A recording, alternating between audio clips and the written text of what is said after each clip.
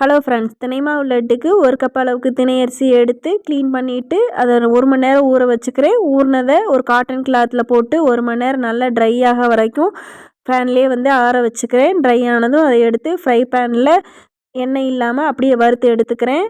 ஆறுனதும் mixie ஜாரில் கொடுத்துட்டு நல்லா ஃபைனாக எந்த அளவுக்கு பொடிக்க முடியுமோ அந்தளவுக்கு பொடிச்சுக்கணும்.